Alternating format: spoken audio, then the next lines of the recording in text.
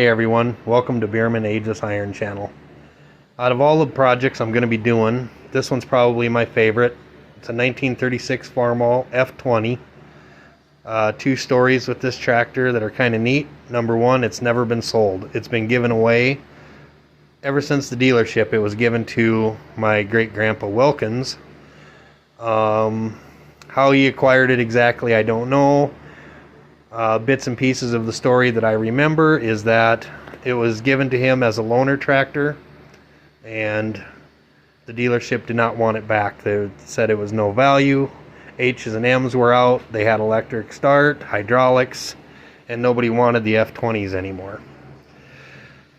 He kept it. My grandpa Bierman used it for many years, bucked hay with it, amongst other things, pulled a manure spreader with it. Ground driven, of course, and it does have a power takeoff, but ground driven. And he gave it back to him, and it ended up back at the dealership somehow. Don't know the whole story, but anyways, about 1980, somewhere in there, the manager of the elevator said, that was also the dealership, I'm cleaning up the elevator. The dealership don't exist anymore. If you want that tractor, come and get it. Otherwise, I'm going to scrap it. I think it was your father-in-law's. And he went and looked at it, and sure enough, it was the tractor. And so he took it. I was about 3-4 years old when he brought it home. And it was the first restoration that we ever did. So the restoration on this tractor itself is probably, 30, 40, well, at least 40 years old. The paint's getting faded. I know it's dirty, but it needs it. It needs another restoration. I kind of feel bad because this was a paint job that my grandfather did, and it wasn't the best. It had a few runs in it, but that generation, you made do with what you had, and he had an old spray gun, and he thought he'd give it a shot, and he did all right. We took it to a lot of parades, and we won a lot of ribbons and stuff at contests and tractor shows, and he did a pretty good job on it. That generation made do with what they had. They didn't go out and buy brand new. It's got some farmer welds here, as many would say, and you can criticize them, talk bad about them, but you know what? They worked. And it's not a pressurized system, and it held. The number 3 cylinder, that piston is a different piston. It's kind of dome shaped. I don't know what it came out of. I wish my grandfather was around so I could ask him what it came out of, but don't know what it came out of, but it works, it runs. I took the head in to have it rebuilt. It just wasn't running right, and come to find out the valves are bad in it. But this number 4 cylinder, the whole piston wobbled. The rings were shot. The piston is scored, and I'll show you the piston here. You can see it was been slopping around in there for quite a while.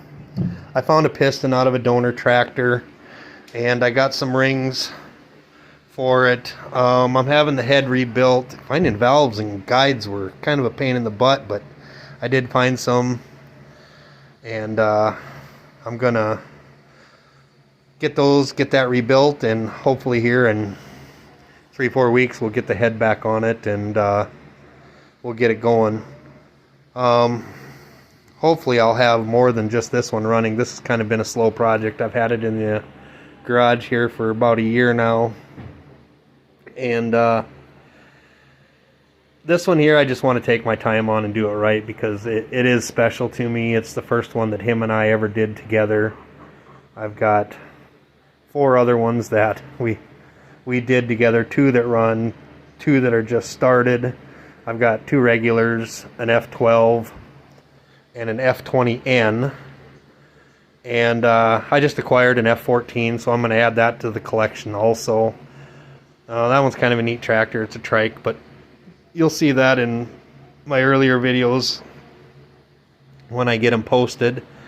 And so I just wanted to share this one with you and get a video started of it before I got too far into the restoration, and kind of a last minute thing to decide to do videos. And what really made me decide to do videos, and I would encourage anybody else out there, is I wish I'd have done these videos when Grandpa Bierman was alive, because he was a storyteller and he could tell you the exact story of how this tractor was given away, handed down, and he could tell you where that piston came from, and he could tell you everything, and probably some stories about bucking hay on this thing.